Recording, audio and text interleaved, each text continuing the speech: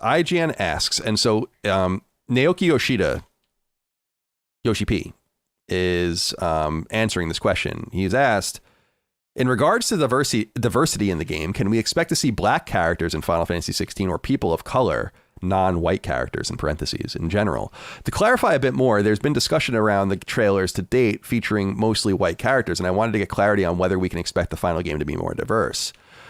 Okay, I have to say something about this before we even get into what Yoshi P says, and we can get into the analysis from there. Journalists have this very pernicious habit. It's not only in games media, but it's just everywhere. It happens in politics a lot too. I'm sure people notice this. There's been discussion around the trailers. Who? You?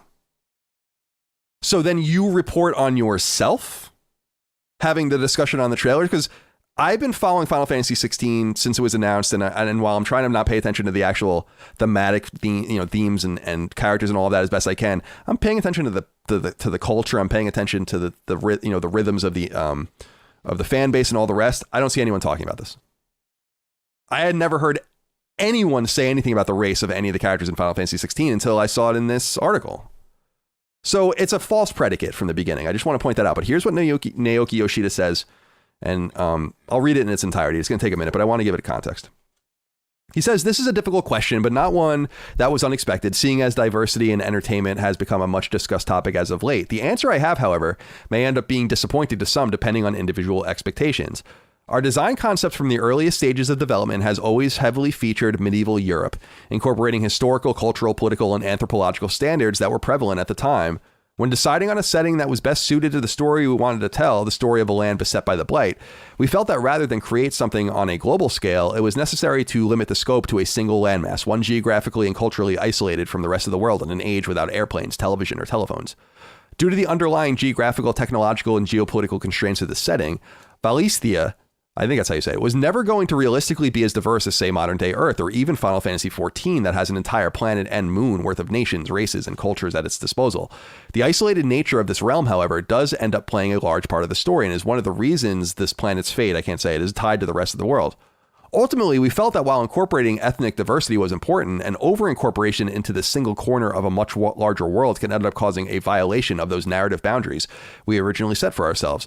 The story we are telling is fantasy, yes, but it is also rooted in reality. Conversely, the Final Fantasy series of games have always inherently dealt with conflict and struggle, especially between the empowered and those used and are exploited by those privileged few, a prominent trend in human history. In a game that by design allows players to experience that conflict and struggle firsthand through dynamic, realistic battles, it can be challenging to assign distinctive ethnicities to either antagonist or protagonist without triggering audience preconceptions, inviting unwarranted speculation, and ultimately stoking flames of controversy. The best part of pulling inspiration directly from history, however, is that it allows us to revisit and re-examine our own past while also allowing us to create something new. In the end, we simply want to focus to be less on the outward appearance of our characters and more on who they are as people. People who are complex and diverse in their natures, backgrounds, beliefs, personalities, and motivations.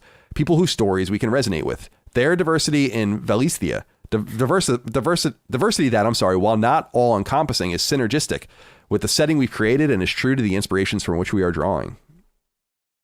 I have to say that I'm not sure the way this is written, and the use of IGN's parenthetical in their question recommends to me that these were written questions and written answers. I don't know if that's actually made clear elsewhere in the interview. So I want to make that really clear. That always allows you to better answer things. People always prefer to answer over email. And at IGN, we actually had a strict, we're not publishing your interview unless you do it in person or over the phone.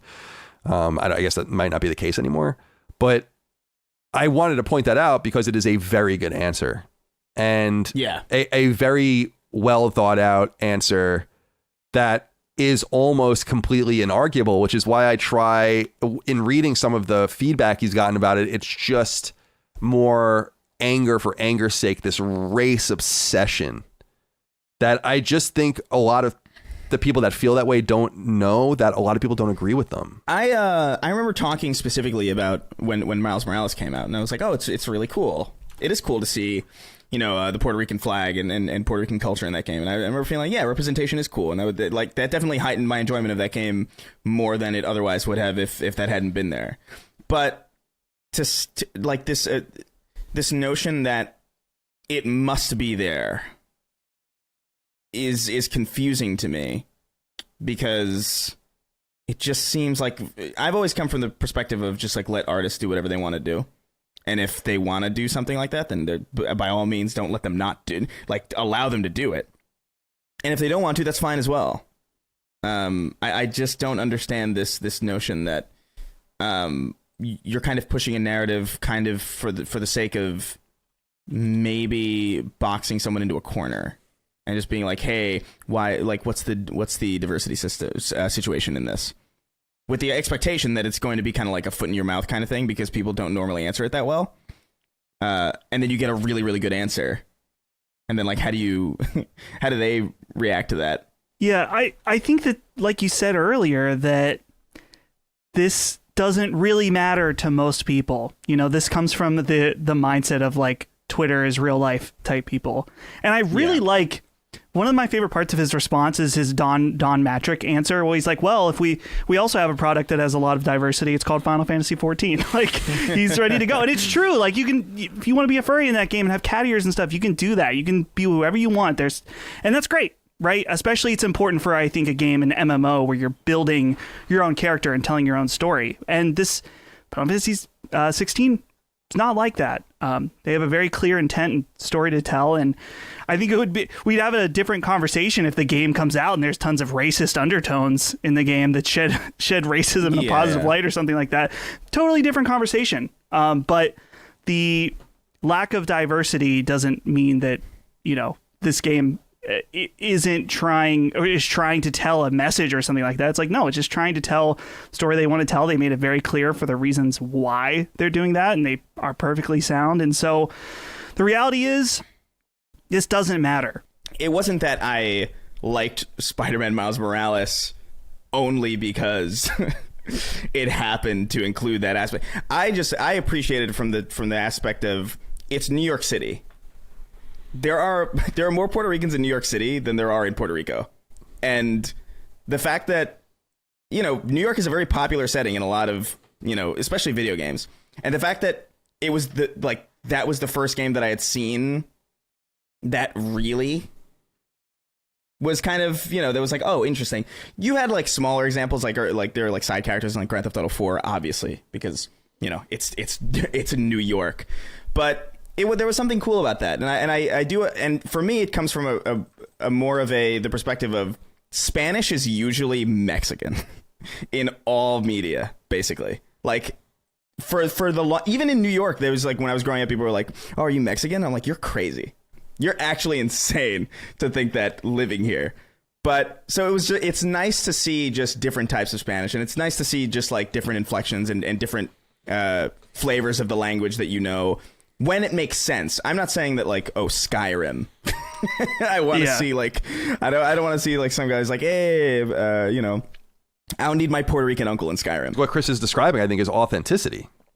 So if you're making a game set in Africa, I would assume everyone would be black, unless it was in South Africa or something like that, in which case most people would be black. Or if you're setting a game in Spain, those Moorish roots would have people with darker skin than...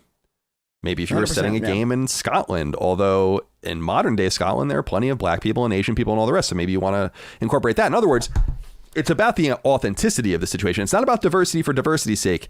And I've always said that. I don't think that doesn't play a purpose. And I feel like he says something really interesting, Yoshi P does, which is the quote that I think people should be circulating if they weren't looking for outrage.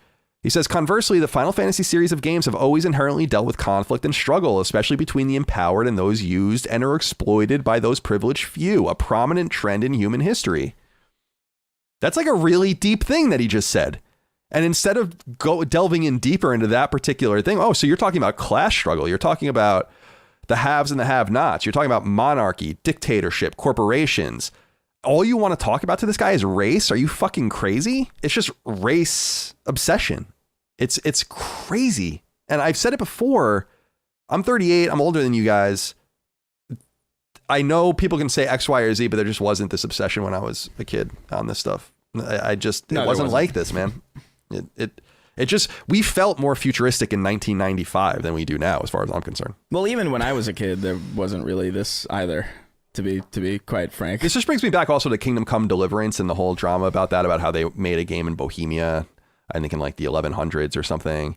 And people are like, where are the black people? And it's like, well, there are no black people. And then I remember someone like Arthur Geese or one of these old games media guys like made some case for how there could have been like a black traveler in Bohemia from like the Silk Road or something. And it's like, dude, shut up.